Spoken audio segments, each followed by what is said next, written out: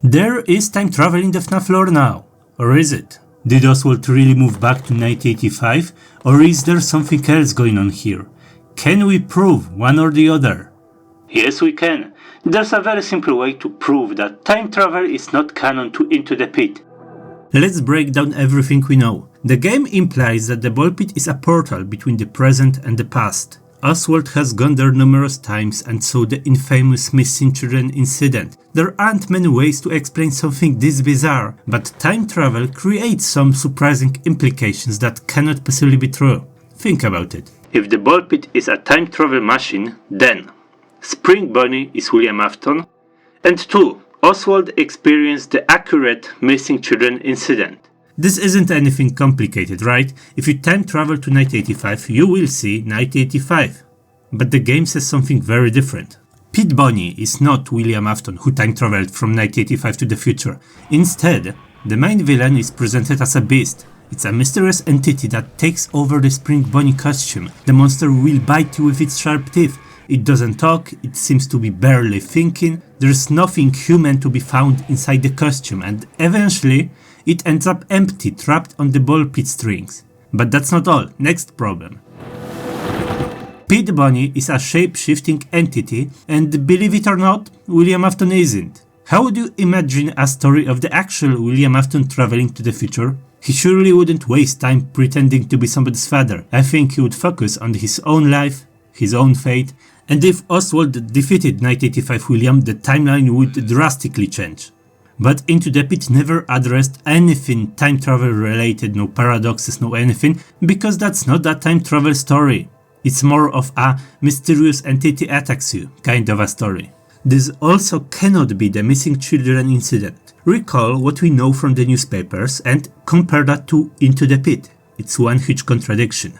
We know Afton as a smart, cunning guy with a foolproof plan. He lured the kids to an off-limits room to kill them, and nobody noticed it until it was too late. A masked employee was spotted on the cameras, but there wasn't enough evidence to find the victims or to prove his crime. And now, Into the Pit talks about a monster taking over the entire pizzeria. There is chaos. Customers run away with children in their hands. There's no employees to be found, no police, no investigation. This guy walks around randomly, damaging equipment, breaking doors, and soon enough it will torture kids in elaborate ways in full sight. It's not afraid of anybody, it's a powerhouse, not a smart guy. This is clearly not William Afton. You might also think of the sixth victim as a contradiction to what we know, but that's a very heated topic lately, so there will be no comment from me about that. It's not necessary, I think we have enough evidence. This cannot be MCI, and this is not time travel. But what else could this phenomenon be? It's a fake and a twisted representation of the tragedy from 1985. My answer to that would be memories given physical form. This is pretty evident today as the following Fazbear Frights books return to the ball pit and explain it in more detail, but they didn't fully explain Into the Pit. I want you to understand the book's story, the game's story. I believe Into the Pit made a fair attempt to talk about memories, but it went mostly unnoticed. We still are, too focused on the canonicity rather than the story. Let's talk about the story. I have a few of my own theories here. Let's go back to the missing children incident. Imagine what the kids thought of their killer. They trusted him, they were confused, scared, they were powerless against the men who lured them with a false promise, a fake party. They saw him as a monster. Now, the ball pit is holding these exact memories and emotions of the victims. There are good memories of the golden times of Freddy's Pizzeria, but it's all built over their pain and suffering. Pete Bonnie is how the victims saw the murderer. That isn't what he looked like. Pete Bonnie is bloodthirsty, unstoppable, with a sick sense of humor. William Afton wouldn't do half of these things, but it's easy to assume that the victims had a different view of his character. They thought of him as powerful. They felt he faced everyone and caused chaos. That's what Oswald saw in the ball pit. He entered a paranormal dimension created from the memories. It's connected to the real world as if the memories were painted over Jeff's pizza. That's why The doors Pete Bunny destroyed are also gone in the present. It's not because of time travel. It should have happened very recently from Jeff's perspective. The fake past coincides with the present. I have this crazy idea. If Mike and Chip were real people who still lived in the city, I believe the ball pit could plant fake memories in their heads so they would start remembering this bizarre battle that had never actually happened. It's a very fun idea to think about. But here comes the main thing. Ball pit as memories is a central point of Into the Pit. What do you think? Why did Pete Bunny pretend to be the father? What was its end goal? There wasn't any, that's what I think.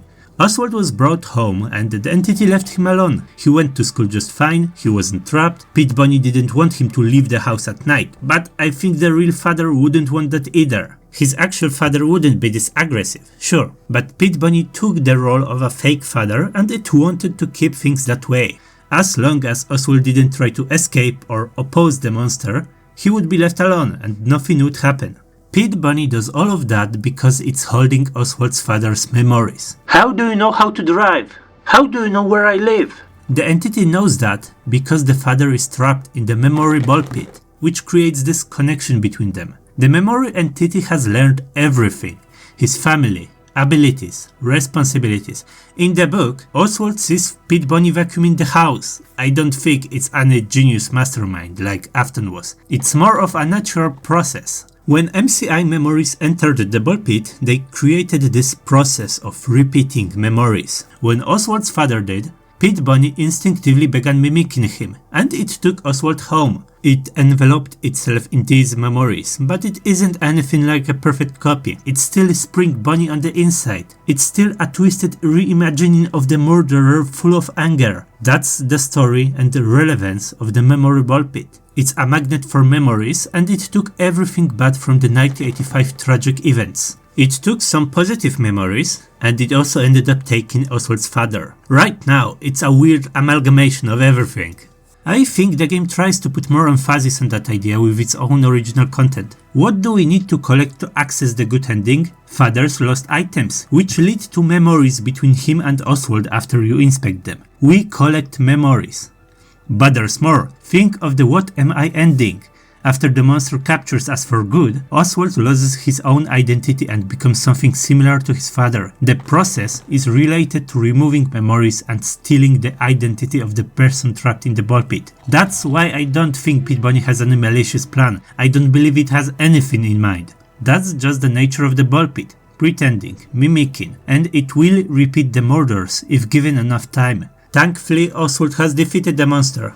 Later, Steve Wright Stingers continues the story of the ball pit. It reveals that somebody sentient has been using it to collect memories of various tragic events. Into the Pit never addressed that, and Stingers didn't mention the MCI, so they are different stories. Stingers gave us a good hint to understand the theme, but it didn't solve Into the Pit. This is a process that started all the way back in 1985. It comes from MCI memories and was later rediscovered and put to a new purpose. Stingers revealed that Oswald would be eventually attacked by the bigger villain if he didn't get rid of Pete Bunny soon enough. It's a new threat targeting many people throughout the entire book series. It's a sequel story. If it was relevant to Into the Pit, the game would explore that. Scott could have given new hints, answers, but he didn't, so surely it wasn't that important. The game doesn't expect you to have read all the books. Into the Pit is a cautionary tale not to enter filthy ball pits.